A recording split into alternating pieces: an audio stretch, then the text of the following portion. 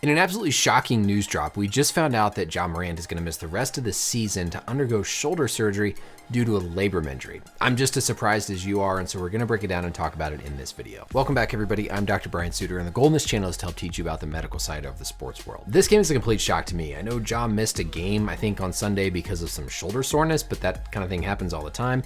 Absolutely no expectation that he had had a significant injury and was undergoing an evaluation, MRI scan, etc.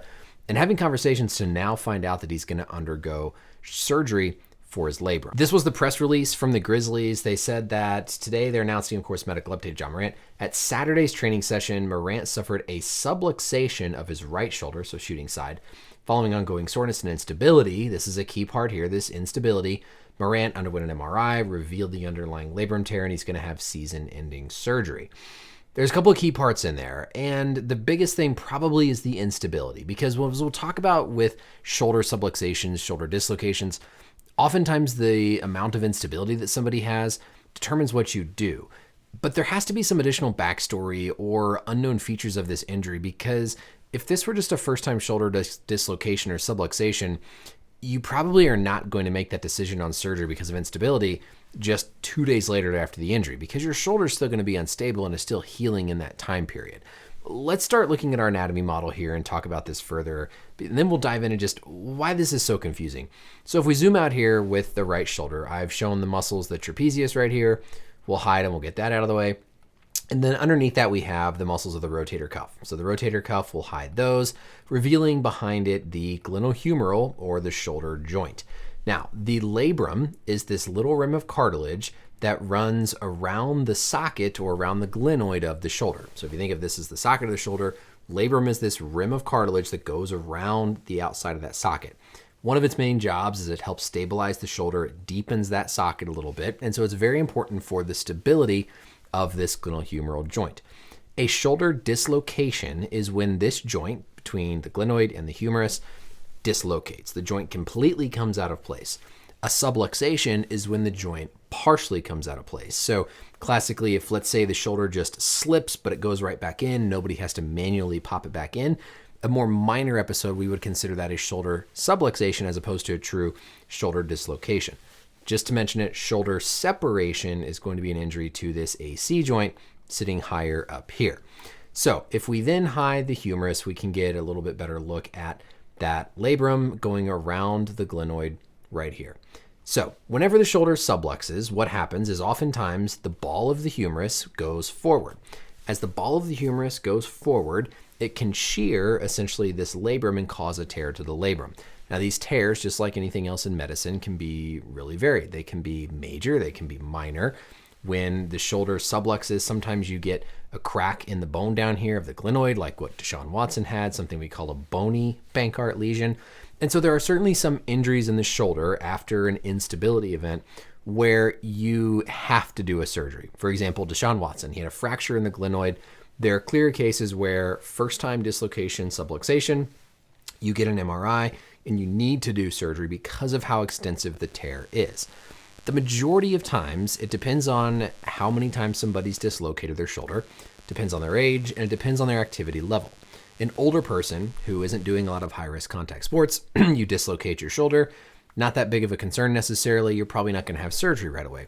Younger person, more likely to dislocate again, high-risk sports such as wrestling or football, more likely to undergo shoulder stabilization surgery early on compared to somebody else. What's weird about this with Morant is, as far as I know, we don't have any history, at least in the NBA, of shoulder instability or shoulder injuries. In fact, I checked and I can't find any instance of Morant missing time other than recently for a shoulder injury. So you wonder if this was truly a first-time instability event or if this was a repeat instability event. If this was a repeat instability event, then that makes the conversation easier sometimes. If it's happened again, you kind of know what you're going through. Depending on where you are in the calendar, maybe opt for surgery. I suspect there's something else, though, on the MRI that made them say they have to do a surgery, because it's very unusual to otherwise pull the trigger on saying you have to do a surgery just 2 or 3 days after a subluxation, not a true dislocation, but a subluxation event.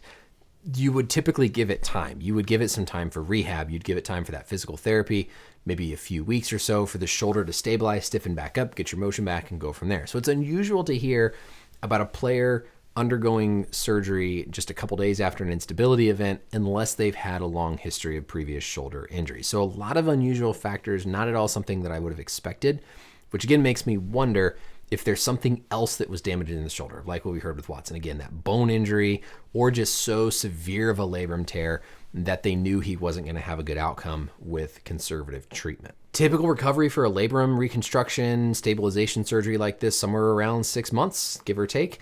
So definitely something that is going to keep Morant out for the rest of the year, but not something that should affect him going forward. Now, I will say, overhead athletes tend to have more trouble recovering from labrum surgeries on average, just because sometimes when the shoulder mechanics get adjusted, maybe the joint becomes tighter than you're used to, and so it can be difficult to get, say, that throwing motion back if you're a pitcher. This is Josh shooting side. There might be some difficulty with regaining his exact shooting form. There might be some residual stiffness. So those would be the biggest things I would think about long term, is if he has some residual stiffness, maybe his shooting form isn't quite the same. But the key, again, if we go back to this report from the Grizzlies, they mentioned they're doing this for instability. And if you have instability that's not getting better, it doesn't matter what your shooting form looks like, you need to stabilize the joint, because the more the joint continues to slip, the more you wear that cartilage, the more you injure the labrum and cause this disaster kind of cascade of effects. But this is still really unusual. We often hear something before the news drop of just undergoing a surgery. So I anticipate we're going to get more information in the coming days, either about more extensive damage in the shoulder or previous history of instability events that now have happened multiple times. So that's it for this video, everybody. Again, really surprising watching the national championship game, saw this just pop up and really unexpected, but hopefully this was educational to look at the labrum, talk a little bit about how this can happen, the types of injuries you might see, and then just my thoughts on the whole story. Let me know as always any questions or comments down below, and until next time, we'll see you later. Bye.